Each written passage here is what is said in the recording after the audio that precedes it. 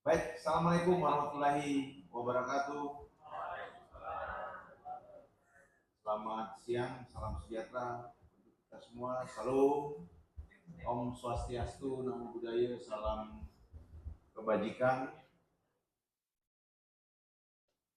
Yang kita hormati moderator, hadirin kita. Di sini hadir ada Pak Prof. Robert. Tengok dulu beliau Prof. Robert. Ada Pak Lutfi, mana Pak Hengki? Adinda Hengki mana? Oh, dia. Jadi pertama-tama marilah kita panjatkan puji syukur kehadirat Allah Subhanahu wa taala. Hari ini kita bisa berkumpul setelah tadi bersama-sama kita mengikuti acara pembukaan yang dibuka tadi oleh Presiden Akal Sehat Pak Rocky. Saya hadir dan berdiri di sini, saya merasa bangga dan senang. Saya pernah merasakan seperti adik-adik semua menjadi mahasiswa. Saya hampir 3 tahun, 2 tahun. Pernah saya kuliah di Patimura Universitas. Tahu Patimura? Ada yang dari Ambon nggak? Nggak ada, nggak diundang ya, kejauhan ya. Biaya tiketnya ke apa? Kemahalan ya. Jadi ada cerita karena biaya tiketnya kemahalan, saya kuliah hampir 3 tahun. Jadi semester 5 baru saya masuk dan diterima di dulu namanya AKABRI, Akademi ABRI. Ya, saya kuliah dulu di Fakultas Ekonomi Patimura. Patimura itu Universitas Negeri di Ambon. Ya. Dan karena tiketnya mahal, saya mencoba setelah mendaftar AKABRI pada saat itu. Memang kalau lihat tren anak muda pada saat itu ya, pada saat itu semua berlomba-lomba, cita-citanya hanya untuk gagah. Mungkin dulu yang pernah ditolak pacar ketika masuk menggunakan pakaian biru putih, ya harapannya biar membalas dendam, biar lihat nih sebenarnya begini. Sama seperti saya waktu itu. Dan ketika saya berangkat masuk pulang dapat biaya apa namanya, ongkos pulang tuh dari Magelang 1.200.000. Itu di tahun 91 itu angka yang cukup tinggi bagi saya. Tiket pesawat cuma 80.000. Jadi uang itu setelah pulang gagal dari Magelang itu bisa gunakan untuk jalan-jalan kemana, ke Bandung, ke apa namanya, ke Jakarta, baru pulang naik kapal. Sama ketika saya mendaftarkan menjadi taruna 2092, 91 gagal nih, sampai Pantohir pulang. 92 daftar, gagal lagi. 93 karena teman-teman banyak yang mau liburan, jadi setelah kuliah pertama, kuliah kedua, kalau nggak salah sekitar jam 11 kumpul lah di kafetaria tuh dengan anak-anak HMI pada saat itu ya. Lalu ayo sama mau liburan. Saya karena dulu orang tuanya pas-pasan, saya pikir wah liburan mana yang gratis. Akhirnya saya mencoba memasuki, coba lagi AKABRI untuk biar bisa gagal, biar dapat uang tadi 1 juta berapa? 1.200.000. Dan akhirnya janjian sama teman-teman Jakarta. Nanti kalau saya ini pasti saya bikin nggak lulus lah. Udah kesehatan udah jatuh. Ketika saya pulang, ketika saya sampai Magelang, ternyata saya tidak lulus, malah saya diluluskan. Dan akhirnya saya menjadi seorang polisi. Ya. Polisi adalah bagi saya adalah tugas, bagi saya pribadi adalah tugas yang sangat mulia. Pakaian yang saya gunakan ini adalah atribut sementara. Yang membedakan saya dengan adik-adik ini sebenarnya nggak ada sekat pemisah. Makanya ketika saya pada hari Jumat tanggal 27 Agustus hadir dan berdiri di tengah-tengah teman ojol dan seluruh perwakilan mahasiswa yang menyampaikan aspirasi, saya cukup percaya diri, bukan cukup, sangat percaya diri. Karena bagi saya, adik-adik, rekan-rekan semuanya adalah seperti anak, seperti saudara-saudara, dan seperti saya sendiri. Jadi ketika perwakilan, saya lupa, dari UIN, Mustuska, ada yang di sini, ada yang hadir ikut demo pada saat itu. UIN ya, UIN Suska. Ketika barikade itu saya bilang enggak, kalau membuka itu kan waktunya langsung, enggak, saya keluar aja, saya keluar.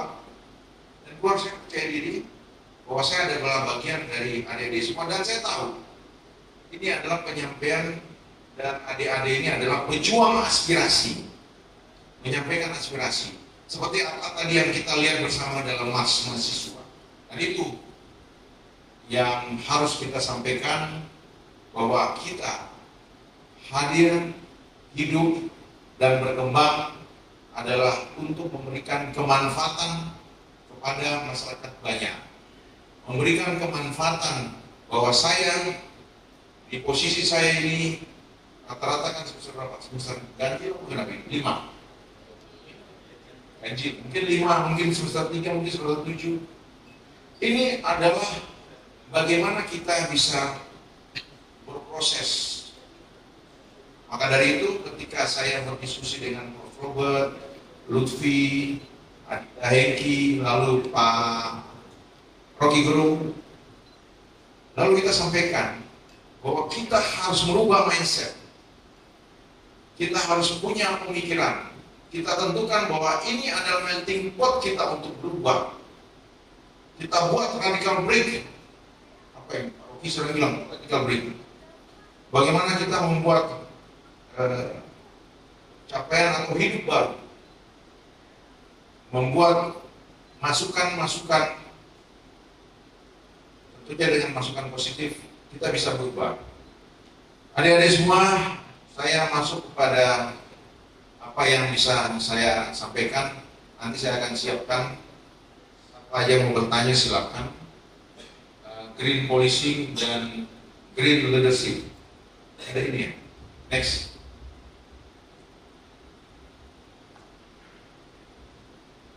Jadi kalau tadi kata Adita Hengki itu, kita coba bisa melihat tentang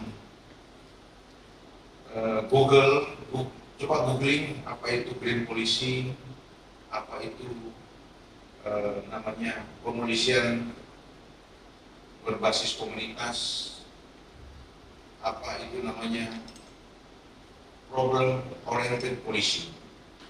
Ketika 6 bulan yang lalu saya bergabung sih, sebelum kita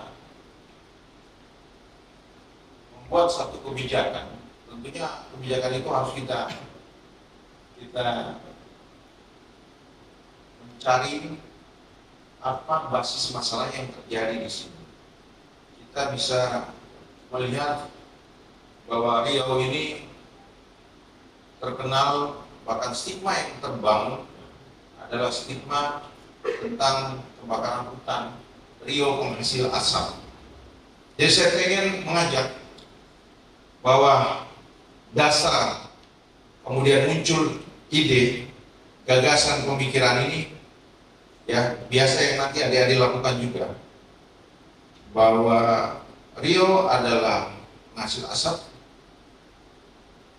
Masyarakat tahu ketika kita berbicara di Singapura, tahu nggak tentang Riau? Oh, itu pengekspor asap. Di Jakarta juga begitu. Stigma itu terbangun. Stigma itu terbangun karena apa yang dilakukan di sini selama bertahun-tahun. Beda sama dulu tahun di era 90-an, 2000-an, belum ada Riau penghasil asap. Nah, kenapa Riau penghasil asap? Ini berkembang karena memang hutan dan alam yang ada di sini tidak di-manage, tidak ditata, dikelola dengan baik.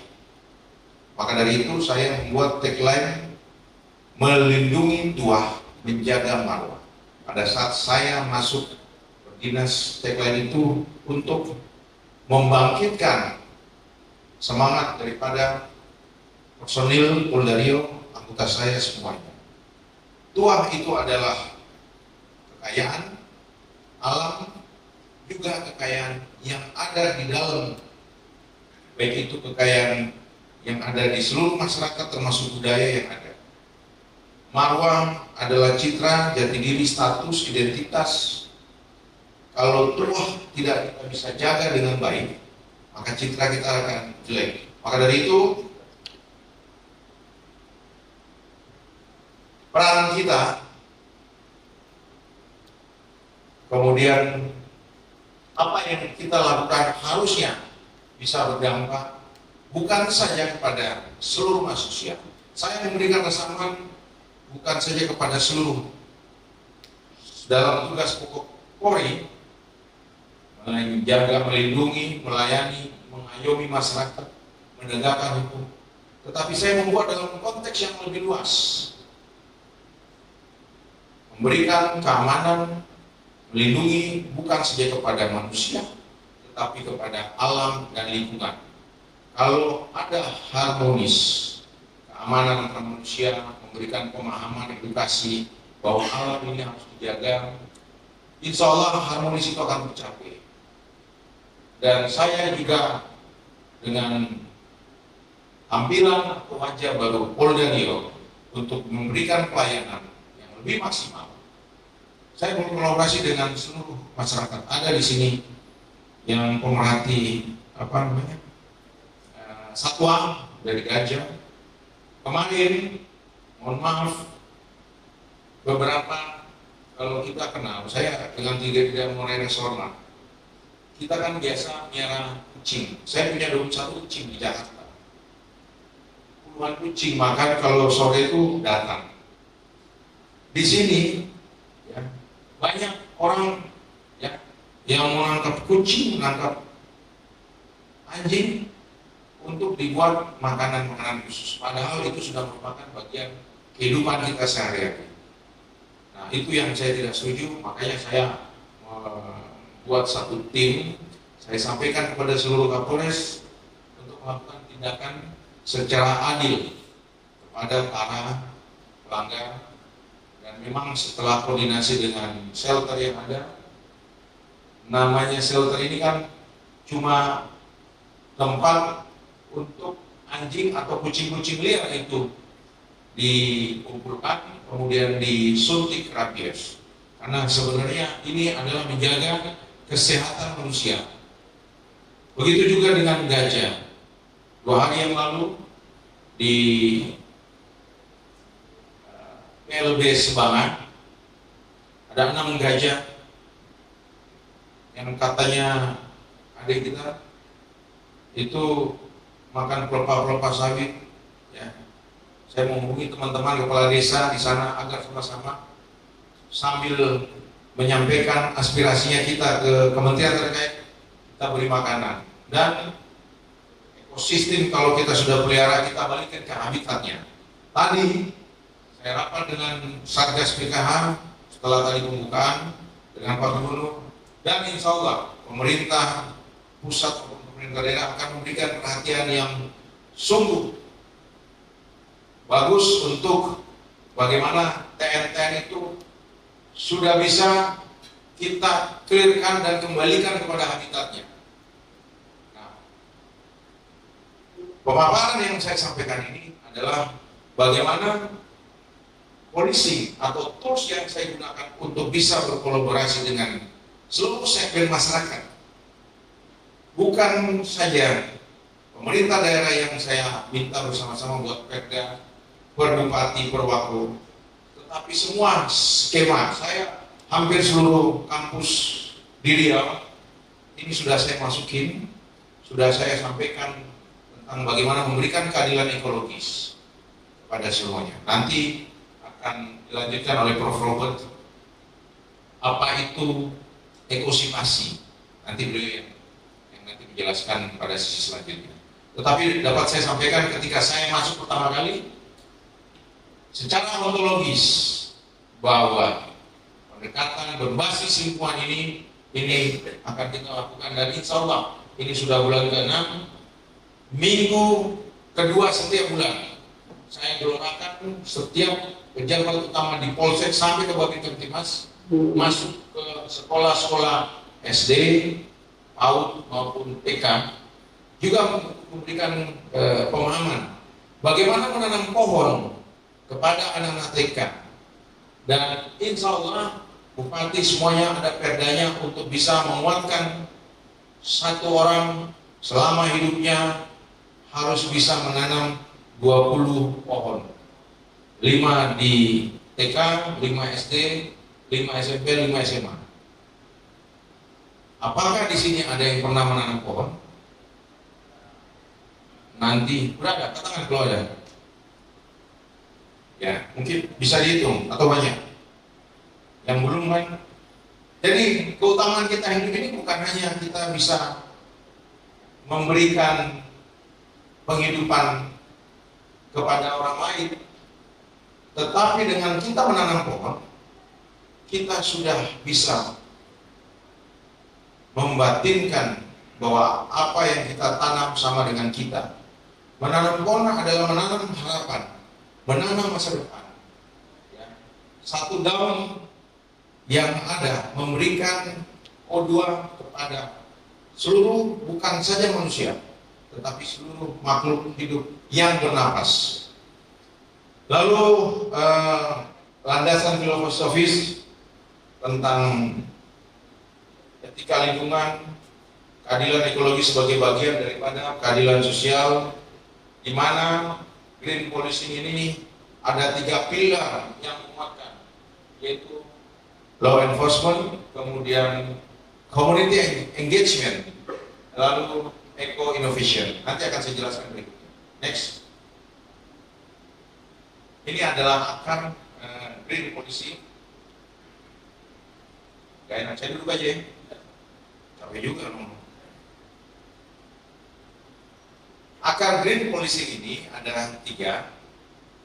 Yang pertama adalah hak asasi manusia, di mana hak asasi manusia ini merupakan generasi ketiga hak atas lingkungan hidup yang bersih. Di Pekanbaru 6 bulan yang lalu, ada nggak orang Pekanbaru juga? 6 bulan yang lalu masalah sampah, benar nggak? Benar nggak masalah sampah? Banjir di mana-mana. Perlu pendekatan-pendekatan yang langsung bisa menyentuh. Di sini terkenal dengan budaya Melayu yang berpantun, membuat satir-satir dengan berpantun. Jadi jangan salah, kalau orang berpantun itu biasa satir, dan dari dulu. Di sini terkenal dengan negeri kata-kata. Awal mulanya bahasa Indonesia itu dimulai di sini. Ada yang 5 persis dari sini. Ada 5 persis. Awal mulanya bahasa Indonesia dimulai dari sini. Ya, jadi saya kebetulan setiap pagi kalau ada waktu berlari, sambil berlari sambil membuat konten. Saya nggak biasa konten, tapi karena ini untuk kepentingan masyarakat, kontennya itu isinya tentang membuat satir juga.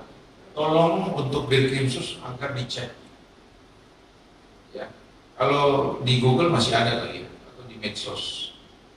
Jadi ketika saya melewati Fakultas Kedokteran Undri, kalau bisa lewat di sana sudah bersih sampai sekarang. Jadi udah 3 kali saya lewat kok masih begini terus. Lalu saya membuat pantun, membuat satir, kemudian itu viral, dan alhamdulillah semenjak itu tata kelola pengelolaan sampah sudah dapat dilakukan dengan baik oleh Wali Kota Pekanbaru. Kemudian yang kedua sebagai akar daripada green policing adalah ekosentrisme. Ekosentrisme ini adalah kita fokus pada keseluruhan ekosistem, tidak hanya makhluk hidup, tetapi juga tanah, air, udara, hutan, sungai, semua yang memiliki nilai moral. Di Melayu, di Pekanbaru, atau di Provinsi Riau ada 4 sungai yang besar di sini. Sungai Rokan, Sungai Siak, Sungai Indragiri, sama Sungai Kampar. 4 sungai besar. Dan dulu peradaban Melayu itu dimulai dari sungai. Kalau rekan-rekan adik-adik bisa ada waktu nanti datang ke namanya Rumah Singgah Tuan Kadi, di situ ada satu bangunan di tepi Sungai Siak. 1896 itu menjadi tempat yang sangat ramai dan kota Pekanbaru dimulai dari Sungai Siak. Dulu namanya Senapelan. Yang membuat ramai itu ada Sultan ketiga Siak, namanya Marhum Pekan atau Sultan Muhammad Ali, cucu daripada Raja Kecil, Raja pertama atau Sultan pertama Kerajaan Siak. Jadi yang ketiga adalah menekankan harmoni dan keberlanjutan. Dari hak asasi manusia dan etika lingkungan ini menghasilkan tugas kepolisian di dalam kita menjaga Kamtibmas, menegakkan hukum, memberikan perlindungan, pengayoman, dan pelayanan kepada masyarakat. Kemudian yang menjadi dasar konseptual, next.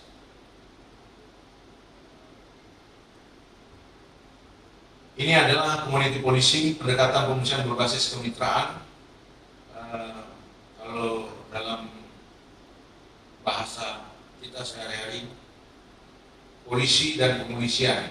Banyak kepolisian, ada art polisi, ada demokratik polisi, ada community polisi, tetapi kepolisian berbasis dampak masalah, problem oriented polisi, itu adalah satu tools digunakan karena di sini menjadi masalah-masalah lingkungan hidup. Tadi saya sampaikan bahwa 2016 ada sejumlah 5,6 juta hamparan hutan yang ada di Provinsi Riau. 2023 itu sisa hanya 1,6 juta. Berarti hilang hampir 73 atau 74%.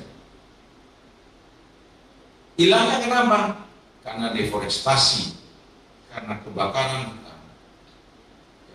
Inilah yang harus saya gugah di setiap kesempatan saya memberikan pencerahan kepada semua skema spektrum yang ada. Saya selalu sampaikan, kalau namanya kebakaran hutan, ya, kabut asap, maukah saudara-saudara, adik-adik saya yang dari Riau, mau nggak? Dulu mungkin masih kecil ya, 2016, 2015, si SD kali ya. Itu mau ke Jakarta harus pakai mobil dulu ke mana? Ke Medan. Pakai mobil ke Padang 7 jam baru naik pesawat. Atau nyebrang ke Batam pakai boat lalu naik pesawat menuju ke Jakarta. Banyak anak-anak yang terkena ISPA. Kita olahraga outdoor nggak bisa, itu gelap nih. Ya. Yang untung itu kalau nggak salah waktu itu tuh yang usaha AC ya, yang untung yang usaha AC itu orang di dalam rumah terus. Ya. Kemudian yang menjadi konsep yang paling utama green policing itu adalah bagaimana basis implementasi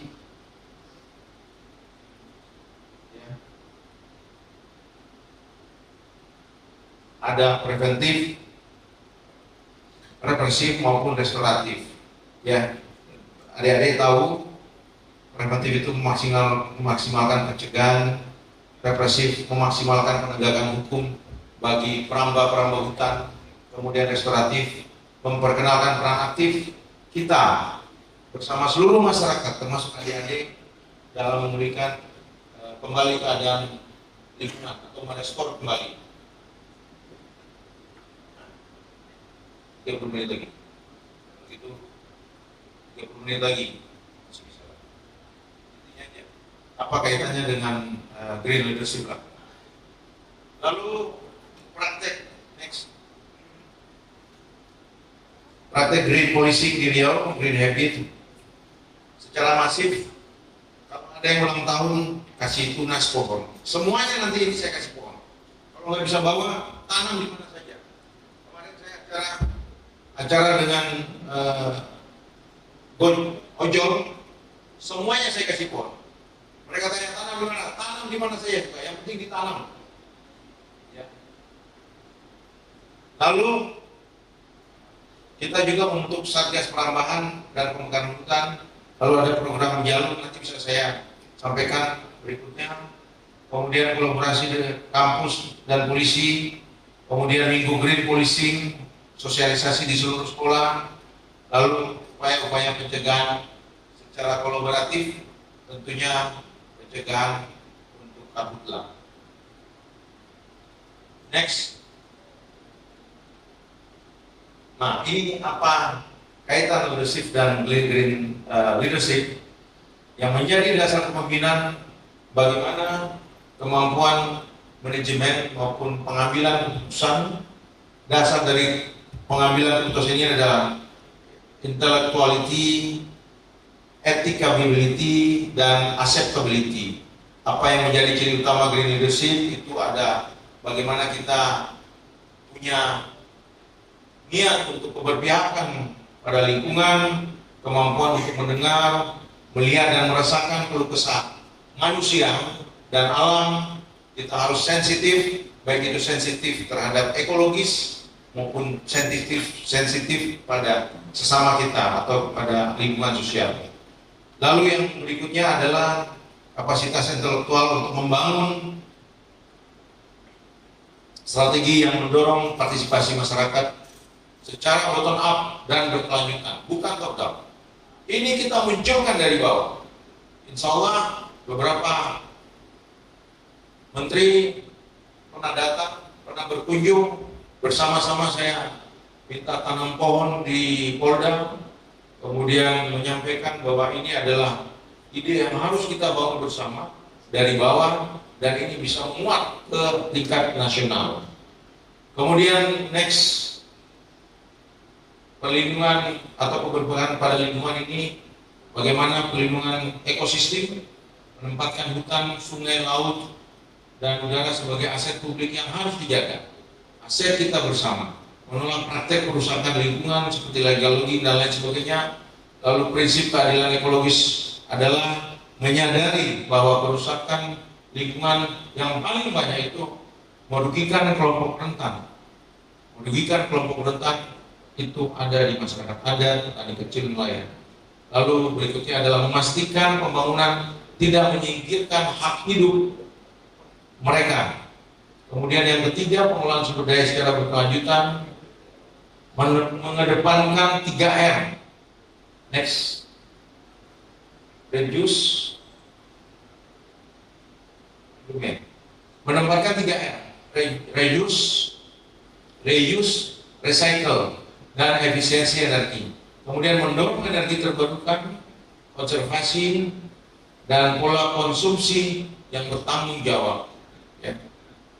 Saya mohon maaf, mulai gerakan mulai sekarang, insya Allah di bulan Oktober kita akan membuat gerakan membersihkan sungai. Ya, sudah ada beberapa relawan yang bersama-sama melakukan beberapa. Saya minta yang di depan nanti adik-adik mahasiswa, nanti Pak adik di Dayanti kalau koordinir, kita mulai dari diri kita buat perubahan ya dari diri kita agar kita bisa bermanfaat bagi seluruh masyarakat juga kepada lingkungan. Lalu antar generasi, intergenerational justice, memikirkan dampak jangka panjang dari kebijakan yang kita lakukan hari ini, kebijakan keberlanjutan, kemudian menganggap menjaga lingkungan sebagai warisan bagi generasi mendatang. Pak Rocky bilang, saat ini kita hanya dititipkan sebentar, tetapi yang melanjutkan adalah adik-adik. Yang melanjutkan hidup melanjutkan pemerintahan, melanjutkan bisa memimpin bisa memimpin negeri ini adalah adik-adik semua. Maka dari itu setiap kesempatan adik-adik, rekan-rekan mahasiswa ini adalah aset yang tidak ternilai. Ya. 2045 bisa terlaksana dengan baik kalau kita bisa membuat radical break mulai sekarang untuk bisa selalu berubah, membuat ide gagasan, mengucapkan dengan baik, didorong oleh etika, melakukan praksis-praksis yang baik. Kemudian kebijakan publik pro lingkungan, kolaborasi dengan masyarakat, integritas dan lingkungan. Next. Ini ada sensitif sosial dan ekologis. Sensitif sosial itu kita harus bisa empati terhadap kerentanan sosial, terhadap kemiskinan, kesenjangan, diskriminasi, marginalisasi, kemudian kesadaran akan keadilan sosial, menolak ketidakadilan struktural, dan memperjuangkan hak kelompok-kelompok yang rentan. Ya. Dan itu sudah dilakukan oleh adik-adik semua selama ini. Tepuk tangan untuk kejadian yang kemarin.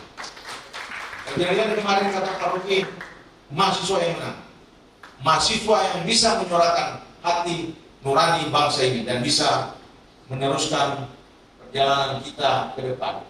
Ya. Kemudian kita harus peka terhadap konflik keberagaman, mampu meredam potensi gesekan antar kelompok, inklusivitas, mendengar suara kelompok minoritas, adat, perempuan, dan anak muda, difabel, dan lain sebagainya. Kemudian keadilan distributif. Keadilan distributif, ini kita bisa memastikan bahwa pembangunan tidak hanya menguntungkan segelintir orang, tetapi berpihak kepada masyarakat luas. Kemudian sensitivitas ekologis, yang paling kanan, kesadaran keterlibatan sumber daya alam, memahami bahwa eksploitasi berlebihan akan merusak daya dukung lingkungan. Yang berikutnya adalah keadilan ekologis, tanggung jawab antar generasi, tanggung jawab penghormatan pada ekosistem, perilaku ramah lingkungan. Perilaku ramah lingkungan ini kita bisa lihat mengurangi sampah, hemat energi, mendukung energi baru terbarukan atau energi terbarukan, dan konservasi keanekaragaman hayati. Next. Untuk kapasitas intelektual, ada beberapa poin untuk menguatkan, yaitu kemampuan analitis kritis, pemahaman konteks sosial dan budaya, literasi kebijakan publik. Kemampuan analisis kritis itu mampu membaca persoalan sosial dan dari akar masalahnya, bukan hanya gejala permukaan, bisa memetakan kebutuhan masyarakat secara objektif. Lalu pemahaman konteks sosial, PK terhadap nilai, adat, tradisi, dan dinamika lokal. Literasi kebijakan publik itu paham bagaimana kebijakan dirancang dan diimplementasikan. Kemudian kemampuan dialog dan komunikatif, persuasi, mampu membuka ruang percakapan yang egaliter, mampu membuka ruang percakapan yang egaliter, mendengar aspirasi tanpa bias dan menyampaikan kembali secara konstruktif. Kemudian yang terakhir adalah yang kelima adalah fasilitasi dan mediasi. Fasilitasi dan mediasi, kemudian penguatan riset, lalu kemampuan kolaborasi dan visioner. Next. Untuk itu dapat saya simpulkan bahwa green leadership ini adalah kita bagaimana menyeimbangkan antara pembangunan dan keberlanjutan, antara kepentingan hari ini dan hak hidup generasi muda, generasi di masa mendatang. Next.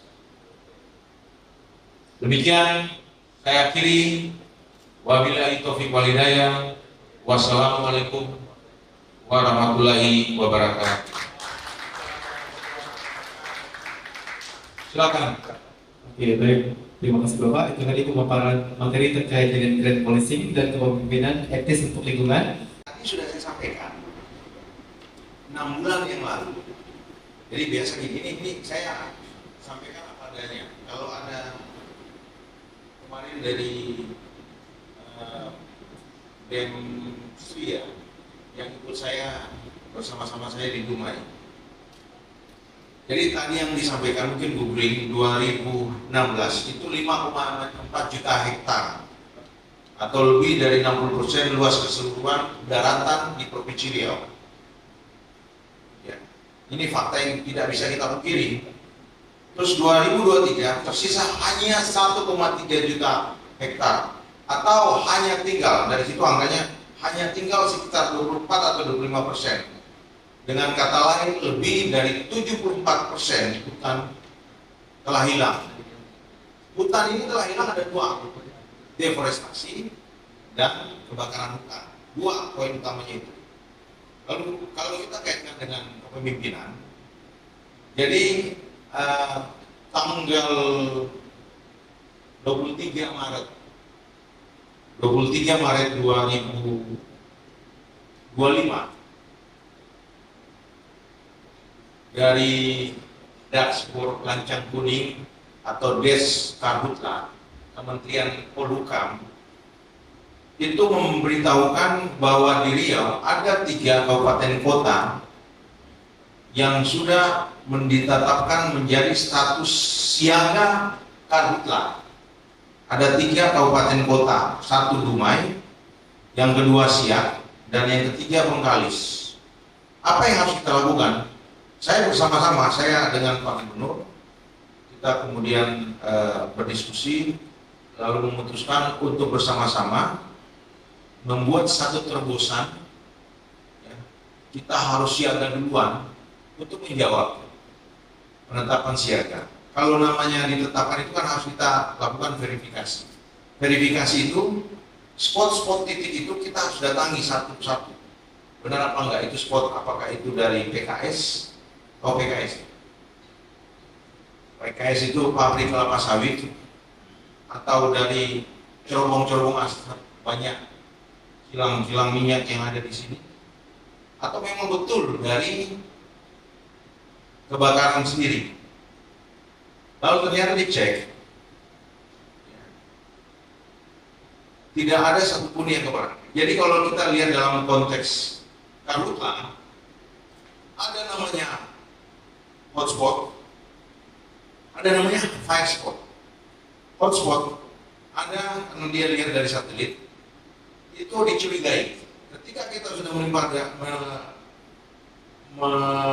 kepada fire spot, ada juga 3 item untuk fire spot. Ada low, medium maupun high spot. Nah, kita kesimpulan, kita datang ke Dumai, kita lakukan biasanya negosiasi itu di akhir, tetapi kita lakukan negosiasi di awal. Saya mengajak beberapa pimpinan BEM untuk sama-sama dengan saya, lalu kita lakukan negosiasi di awal menanam pohon. Yang namanya Singapura, Malaysia biasa komplain kita bilang, kita kemudian lakukan komunikasi dengan menyampaikan bahwa kita sudah membuat negosiasi. Nah, kembali lagi ke pertanyaan. Tadi saya sampaikan bagaimana merubah mindset. Bagaimana merubah mindset untuk menjadi jembatan itu saya sampaikan di setiap kesempatan. Maukah kita ulangi kayak dulu lagi? Mau berangkat, banyak yang kena ISPA mau berangkat ke Jakarta atau kemana saja, tidak bisa menggunakan pesawat terbang dari sini. Nah, menggugah itu yang harus kita masifkan. Dan sudah 6 bulan, setiap hari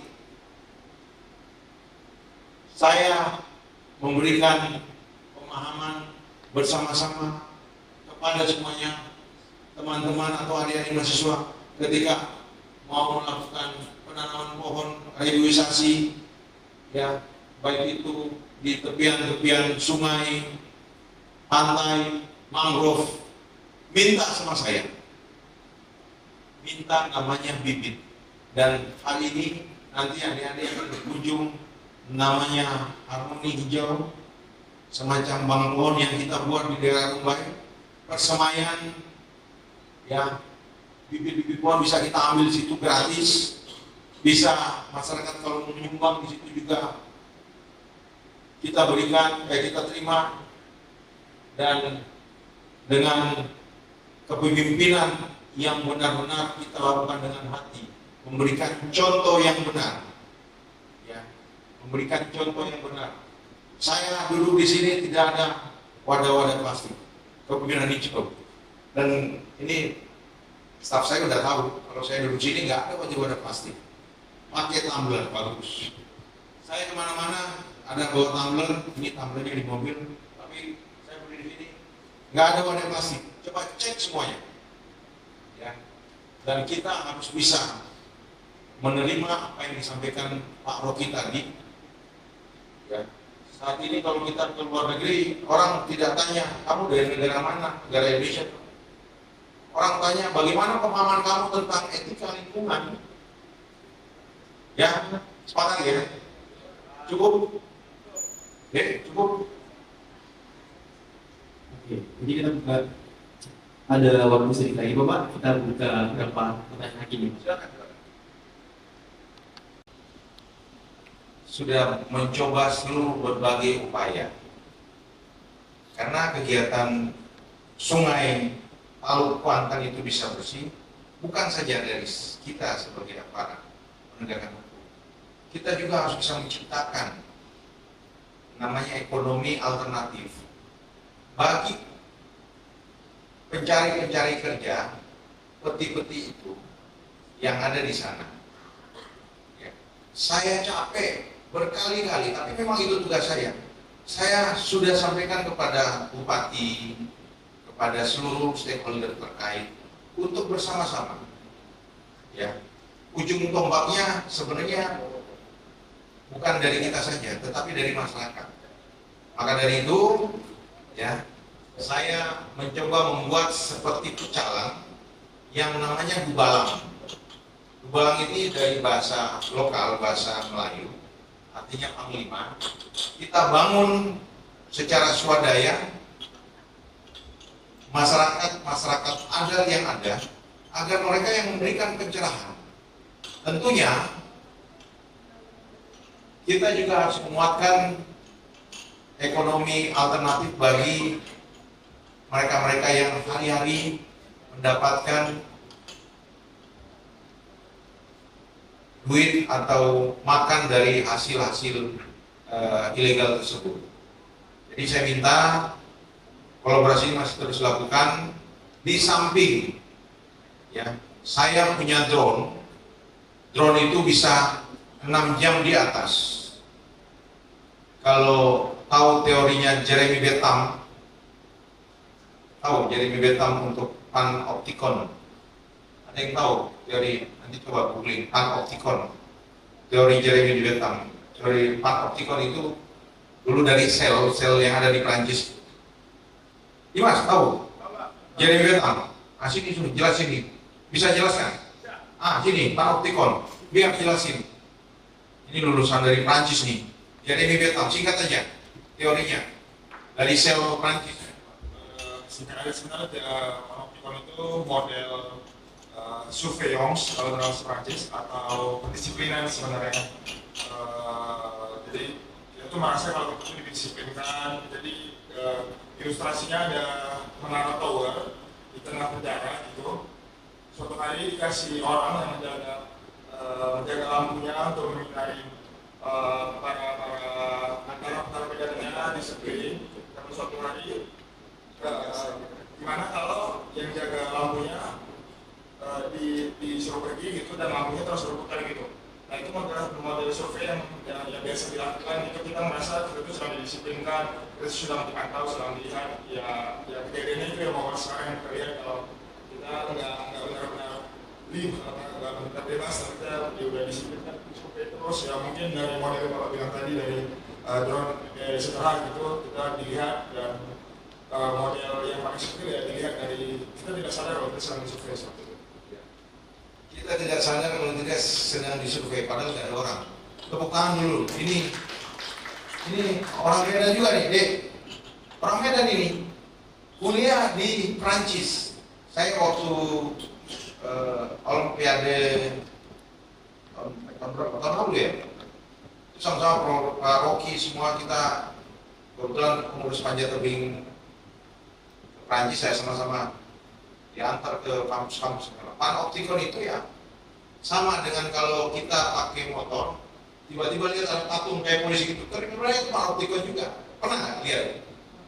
Nah, saya pakai drone itu putar, take off landing itu di tengah keramaian, sengaja diberitakan, putar terus, putar turun. Mereka merestoratif. Dan yang sampai sekarang ini dari data pengecekan ada di desa yang ada di hilir yang berbatasan dengan Ibu Cerenti, masih ada di situ. Tapi kalau di atas sudah tidak ada karena sampai sekarang masih ada drone. Ya, jadi apa yang kita lakukan nggak bisa sendiri. Bagaimana memberikan kesadaran kolektif bagi semuanya bahwa ini adalah sungai yang harus kita jaga. Maka dari itu Pak Gubernur, saya bilang kita buat tiap bulan bila perlu, di samping bisa mendatangkan PAD bagi Kabupaten Kuangsing, buat pacu jalan per bulan bila perlu, dan itu bisa menjadi model baru untuk menghidupkan UMKM, biar masyarakat tadi ada ekonomi alternatif yang bisa menghidupi mereka semua. Ada hal-hal baru yang bisa kita buatkan, tentunya bukan saja dari polisi, tapi semua kementerian lembaga juga harus kita libatkan. Ya, karena kalau kita sudah mencintai alam, alam akan mencintai kita. Karma baik itu akan kembali ke kita. Jadi saya mengajak adik-adik semua, sering-seringlah tanam pohon. Saya sudah merasakan tanam pohon itu adalah menanam kehidupan, menanam masa depan, menanam harapan. Jadi ketika acara tanam pohon di berbagai tempat di Riau, ketika datang tadinya panas, ketika datang namanya semesta alam mendukung, langsung teduh. Dan banyak kegiatan-kegiatan yang bisa yang tidak bisa saya sampaikan di sini. Dan itu memang alam. Oke? Baik, terima kasih kita ucapkan kepada Bapak. Seluruh upaya. Tadi kan yang ditanyakan kenapa tidak melakukan kegiatan upaya represif. Green policing ini adalah tugas pokok kita juga. Tugas pokok kita mulai dari pencegahan, tadi sudah saya sampaikan, penindakan represif, maupun menyampaikan bahwa kegiatan-kegiatan kita ini harus dilakukan secara kolaboratif. Kenapa ada pembiaran? Saya kan baru 6 bulan dan sudah bisa dilihat ya. Saya bisa cerita secara detail bagaimana Sungai Rokan dengan aktivitas peti, apa peti kebanyakan apa? Sungai Kuantan, peti apa punya? Pertambangan liar, ya, pertambangan emas. Dari zaman Belanda, itu pedagang peti itu sudah ada. Boleh dicek. Dan orang Riau di sini yang bisa menyampaikan. Nanti si Ani bisa sampaikan nanti. Ya, ketika saya mendengar akan diadakan pacu jalur yang secara tahunan dilakukan. Kemudian ada viral si siapa Dika dengan siapa Meli sama artis internasional Meli Mai. Saya bilang pemahaman orang luar ini, terutama Eropa, itu dia paham tentang lingkungan. Isu yang dibawa tuh di atas nomor 1 tuh lingkungan. Kalau dia datang nanti tidak sesuai dengan brosur. Lihat ternyata tidak sudah ekspektasi, lihat kocok lah. Lalu bagaimana menggugah? ada kegiatan-kegiatan conditioning, memberikan pemahaman kepada seluruh strata sosial yang ada, masuk ke seluruh kepala-kepala lembaga adat, generasi-generasi muda yang ada di sana. Itu saya atur waktunya 2 minggu. Lalu setelah itu kita lakukan penegakan hukum. Dan alhamdulillah itu sungai udah kayak di Sungai Are. Sungainya itu udah kayak sungai. Saya pernah ke Are di Swiss. Pak Robert pernah, Pak Robert? Alhamdulillah. Ya, itu tiap sore orang mandi di situ, bersih, bisa lihat di media sosial. Nah, itu yang pertama. Yang kedua, sudah ada solusi yang diberikan pemerintah untuk TNTN, 87.000 hektar. Dulu awalnya penetapan, sekarang tergerus. Ya, ketika pemerintah dengan Satgas PKH-nya datang ke sana, kemudian memberikan berbagai kegiatan secara bersama-sama agar masyarakat bisa pergi di situ, pergi dari situ. Lalu ada penolakan. Ketika ada penolakan, ribuan orang itu turun ke sini menyampaikan aspirasi demo. Lalu saya sampaikan, ketika kita berhadapan dengan perwakilan, saya bilang, bapak-bapak ini kan mencari keadilan. Kalau saya berdiri sebagai gajah, sebagai perwakilan gajah, atau sebagai gajah yang bisa berbicara, saya juga menuntut keadilan. Karena sesungguhnya TNTN itu adalah hutan konservasi yang khusus diperuntukkan untuk gajah dan ekosistem di dalamnya yang tidak bisa diganggu. Itu ada si Adinda si Ani bisa sampaikan. Ya. Kemudian saya berpikir bagaimana menguatkan publik agar publik itu tahu bahwa yang ada di sana itu adalah saudara-saudara kita yang bisa memberikan pemahaman, jangan tinggal situ di rumah gajah. Lalu saya munculkan itu boneka domang dan tari ada gajah. Anak di sana tari baru kemarin meninggal, ya 1 minggu yang lalu meninggal. Domang sekarang masih ada, dan itu mendapatkan respon yang sangat positif bahwa kita menguatkan, ya, tidak langsung menyentuh ke mereka, tetapi menyampaikan bahwa di situ adalah rumahnya gajah agar mereka bisa sadar, bisa cek di sana. Banyak saudara-saudara kita yang rata-rata dari Sumatera Utara yang kena tipu, ya. Mereka mencari lapangan pekerjaan, mereka pembeli dari oknum-oknum yang gak jelas. Ternyata lahan tersebut lahan-lahan ilegal. Jadi sekarang pemerintah pusat maupun pemerintah daerah lagi berpikir bersama bagaimana bisa hutan yang menjadi inti dari TNTN ini betul-betul hanya khusus untuk ekosistem. Dan sudah ada solusinya. Tadi kita rapat, insya Allah hari Senin, besok kita akan melanjutkan rapat teknis, termasuk melakukan identifikasi dan verifikasi masyarakat-masyarakat yang ada yang tinggal di sana. Cukup? Baik, satu pertanyaan terakhir nih Pak.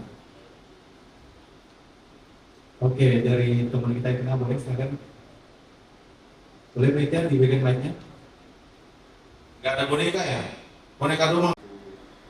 Pimpinan Polda Riau. Sebelumnya teman-teman, perkenalkan nama saya Joel Kevin Siombi. Saya dari Universitas Sumatera Utara dan sekarang dipercayakan sebagai Ketua Umum Dewan Perwakilan Mahasiswa. Mungkin Pak begini, ada beberapa kasus isu lingkungan yang ada di wilayah Riau ini yang sudah menjadi sorotan nasional. Dan saya dari luar Riau itu mencoba nih bertanya dan mungkin membuka cakrawala diskusi kita terkait masalah Taman Nasional Tesonilo Pak. Nah, jadi berdasarkan riset kita lah Pak ya, baca kita dari literatur berita, bahwasanya kasus Tesonilo ini ternyata sudah merambah sampai puluhan hektar gitu Pak. Jadi menarik, puluhan ribu hektar Pak. tadi menarik Pak, dengan campaign ataupun propaganda dari Green Policing ini, itu tadi Bapak sampaikan merupakan sebagai upaya preventif, artinya pencegahan gitu kan Pak, upaya preventif Bapak. Nah, poin yang ingin saya tanyakan Pak, selaku Bapak Insan Bayangkara, catur laksa penegak hukum yang memiliki tugas utamanya adalah penegakan hukum. Pak, saya ingin bertanya Pak, mengapa di wilayah Riau ini bisa sampai terjadinya perluasan kasus TNT seperti itu? Artinya kan apakah penegak hukum khususnya institusi Polri itu ada melakukan pembiaran Pak sehingga bisa terjadi hal serupa? Terus saya juga tadi riset gitu Pak, baca-baca kasus isu-isu lingkungan hidup di wilayah Riau itu. Ternyata mungkin koreksi ya teman-teman kalau misalnya saya salah, karena saya asal dari Medan Sumatera Utara. Masih maraknya Pak terjadinya kasus-kasus tambang-tambang ilegal galian C Pak. Dan ini juga beberapa hari lalu saya riset juga teman-teman mahasiswa Riau ini menyuarakan Pak di Mapolda Riau Pak. Nah, mengapa terjadi hal tersebut gitu dan masih tetap marak? Nah, Undang-Undang Nomor 2 Tahun 2002 tentang Polri sudah memberikan secara atribusi tugas dari institusi Polri itu adalah melindungi, mengayomi, memelihara ketertiban masyarakat, melakukan penegakan hukum Pak gitu. Ini menjadi tugas substansi secara atribusi Pak, diberikan undang-undang, diberikan konstitusi kepada institusi Polri Pak. Saya ingin menanya Pak, mungkin pandangan Bapak selaku pimpinan Polda Riau Pak, dalam kepemimpinan Bapak, kira-kira apakah tidak lebih baik kita concern kepada tugas pokoknya itu Pak, melakukan penindakan itu Pak, daripada yang di luar itu Pak, atau melakukan penambahan terhadap tugas pokok. Mungkin itu Pak, ini bisa Pak. Terima kasih. Nanti saya susul ya yang tanya-tanya nih. Silakan. Baik, bismillahirrahmanirrahim. Oh ini Riau ini. Assalamualaikum warahmatullahi wabarakatuh. Panjang napas perjuangan.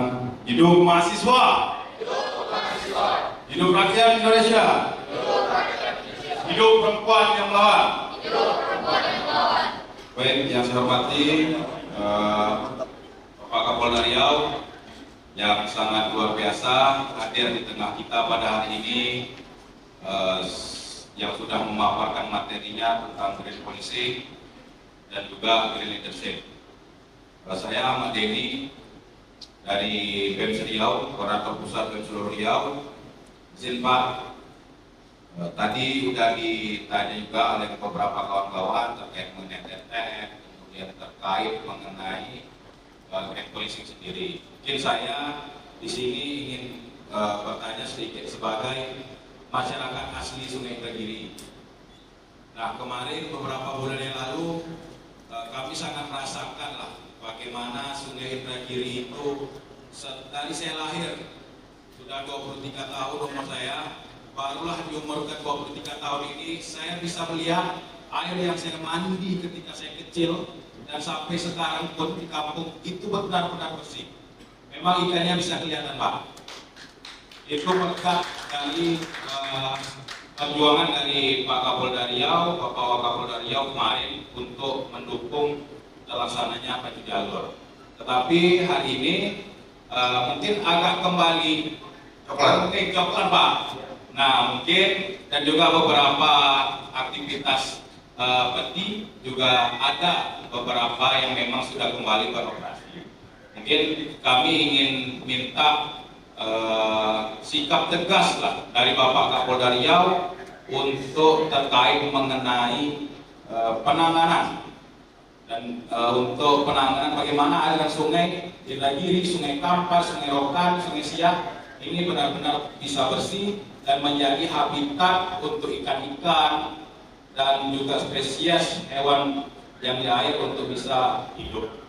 Kita minta sikap tegas dari Bapak sebagai saya putra asli Provinsi Riau dan juga putra asli dari Indragiri, sehingga Pak program Dubalang Banten Bapak yang Bapak instruksikan itu bisa benar-benar bisa terlaksana. Terima kasih. Assalamualaikum warahmatullahi wabarakatuh.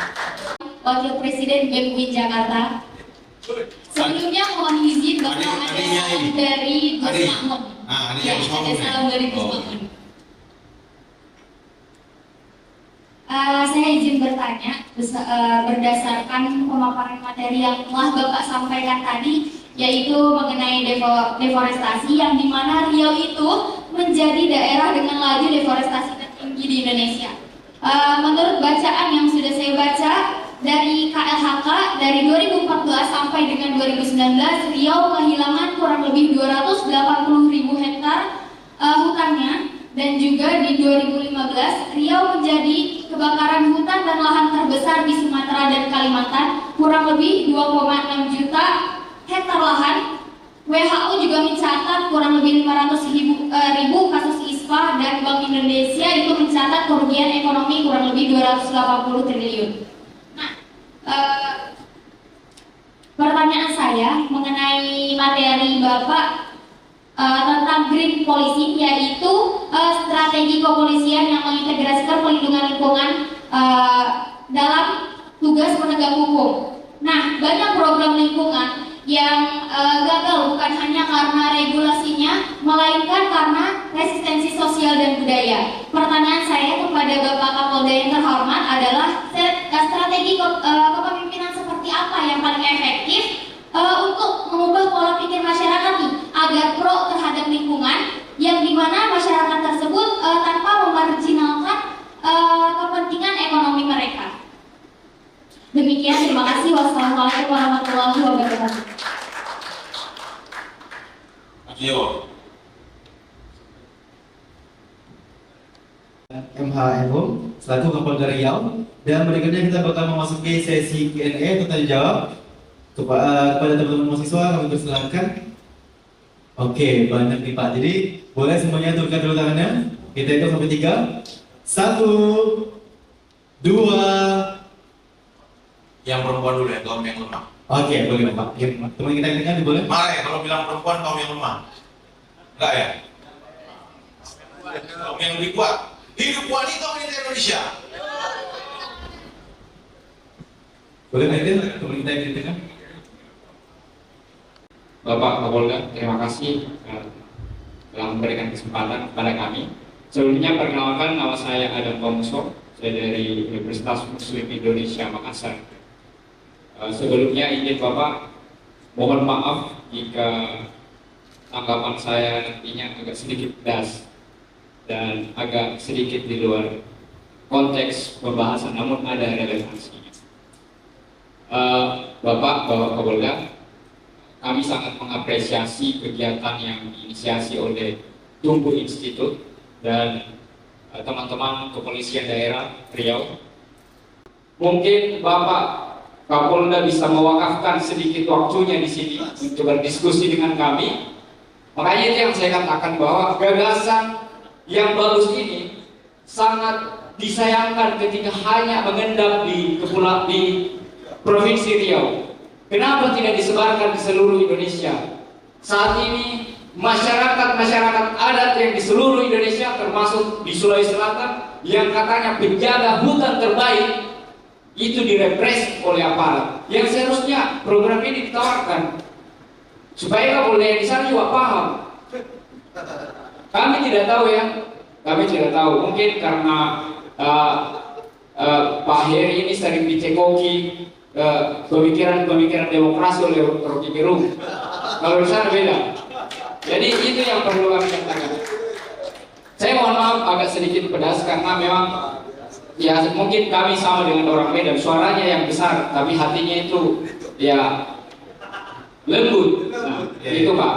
Nah, kami meminta tanggapan soal itu. Selain di Kajang, di Bulukumba, Kabupaten Bulukumba, ada juga masyarakat adat yang ada di Takalar, Kabupaten Takalar, di Provinsi Sulawesi Selatan, yang mendapat tindakan represif yang sama dengan apa yang dirasakan oleh masyarakat adat di Kajang. Di Kajang itu Pak, kalau ada orang mau tebang satu pohon, dia harus tanam dulu 2 pohon sebelumnya. Dan itu tidak ada sistem penjagaan hutan di dunia ini pun sama dengan masyarakat Kajang.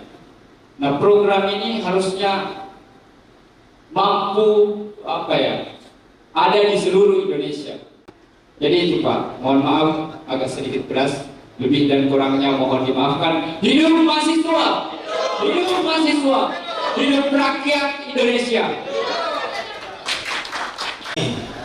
Jadi betul apa yang disampaikan, apa yang saya rasakan. Saya juga prihatin dengan kejadian kemarin. Dan alhamdulillah ketika kita melakukan sentuhan langsung, kalau orang mau dituduhkan, maka masuk dengan kegiatan-kegiatan yang bisa menyentuh langsung ke hatinya, ke lubuk hati yang paling dalam. Itu kata Ustadz Abdul Somad. Menanam pohon. Di sini budaya Melayu, budaya yang selalu bersinergi dengan alam. Kalau di Google ada namanya tunjuk ajar Melayu. Melindungi tuah, menjaga marwah, takkan Melayu hilang di negeri. Tuah jalan ada pada alurnya, tuah laut ada pada ombaknya, tuah hutan ada pada rimbahnya, tuah manusia ada pada budi baik kita semua, termasuk adik-adik, dalam menyampaikan tidak terbatas, menyampaikan kritik. Saya sampaikan di awal, Polda Riau selalu terbuka untuk seluruh kritik yang tidak membangun pun kita terima. Di awal, kalau bisa di Google, ketika tanggal 17 Maret saya menerima tongkat itu namanya tongkat komando. Tongkat komando itu kan power. Ada Kapolda yang lama, ada saya. Bisa dicari, bisa dibeli. Kita ini pelayan masyarakat. Kalaupun duduk berdiri, kita nggak bisa duduk bersama. Kita dibawa daripada masyarakat, dibawa daripada rakyat, karena kita sudah undang-undang menjadikan kita punya tugas pokok untuk melayani itu. Kita harus melayani, kita harus dibawa daripada rakyat. Rakyat adalah junjungan kita. Saya sering sampaikan, hinalah saya sehina-hina mungkin, jatuhkanlah saya sehina-hina mungkin, sampai ke titik nadir yang paling bawah. Maka dari itu, untuk bisa membarier hati dan pikiran kita, berarti kita harus bisa memberikan contoh tauladan yang baik. Saya nggak ada. Tiap saya kemana-mana nggak ada. Contoh-contoh kalau saya cinta alam lingkungan, nggak harus pakai tumbler. Setiap orang ulang tahun sampai sekarang yang nikah kasih pohon. Kita punya pernah, nanti ada waktu bisa lihat di tempat persemen kita.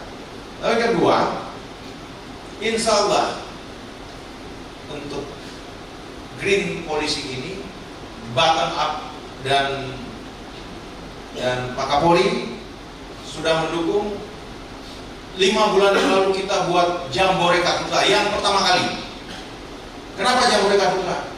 Karena kita pengen mengumpulkan seluruh generasi muda. Saya berbicara di situ, Pak Rocky berbicara di situ, memberikan pemahaman bahwa kita harus bisa menjaga alam, terutama hutan yang tidak boleh kita seram sembarangan. Untuk anak-anak pramuka kita ajak. Disitulah kita bisa berdiskusi. Kota Pekanbaru, civilization ini diciptakan, tadi saya sampaikan kesempatan tadi pagi. Dialektika ini harus terus kita pelihara, bukan dengan kekerasan. Dan tugas saya adalah memberi, tugas saya adalah cuap-cuap. Ada tesa, ada antitesa, ada sintesa. Diskurs, kata Pak Rocky, itu harus betul-betul kita angkat, kita munculkan ide gagasan. Dan saat ini harus ada radical break, bahwa setelah kita pulang ke daerah masing-masing, kita harus bisa mempunyai wawasan baru, mempunyai wawasan tentang kepemimpinan yang bukan saja kepemimpinan dalam konteks sosial, tetapi dalam konteks lingkungan. Jadi saya minta adik-adik semua yang punya harapan, seperti tadi saya bilang, kalau kita hidup seperti tunas pohon, kalau pohon itu kita treatment dengan baik, dengan matahari, pupuk, dan treatment yang bagus, sama dengan kita. Kalau kita sering mendapatkan asupan-asupan positif, kita akan menjadi batang yang kuat, tempat semua keluarga kita, semua masyarakat bisa bersandar. Daun yang rindang, tempat masyarakat bisa berlindung, keluarga kita bisa berlindung. Dahan yang kuat, tempat kita bisa bergantung, semuanya bisa bergantung. Kalau pemimpin kan gitu, seperti pohon yang kuat, semuanya bergantung, semuanya berlindung, semuanya bisa bersilah bersama. Nah, itu analogi kita yang terus tumbuh berkembang untuk menjadi seorang yang bisa memberikan manfaat kepada seluruh masyarakat. Kita harus otonom. Tidak bisa kita otonom, tapi kan harus dibatasi dengan moral, etik, dengan norma, dengan kebiasaan-kebiasaan yang berlaku. Ya. Otonom bukan berarti kita habis ini bisa bebas jalan telanjang, itu enggak. Telanjang itu namanya orang gila nih. Ya, jadi saya terima kasih, betul apa yang dirasakan sama seperti yang saya rasakan. Saya dulu di Makassar, tahu gereja katedral tahun berapa itu? Saya 3 bulan tinggal di sana untuk mengungkap siapa dalang yang meledakkan gereja katedral yang ada di mana, di Filipina. Dan terungkap semua. Ya, saya lama bertugas di anti teror, dan Makassar termasuk tempat yang saya suka. Sahabat-sahabat sama saya sampai sekarang masih ada di sana. Saya kalau di sana biasa di Aston, lalu kalau pagi itu lari di lapangan Karosi. Saya hafal makanan-makanan sana. Terima kasih. Hidup Makassar. Hidup.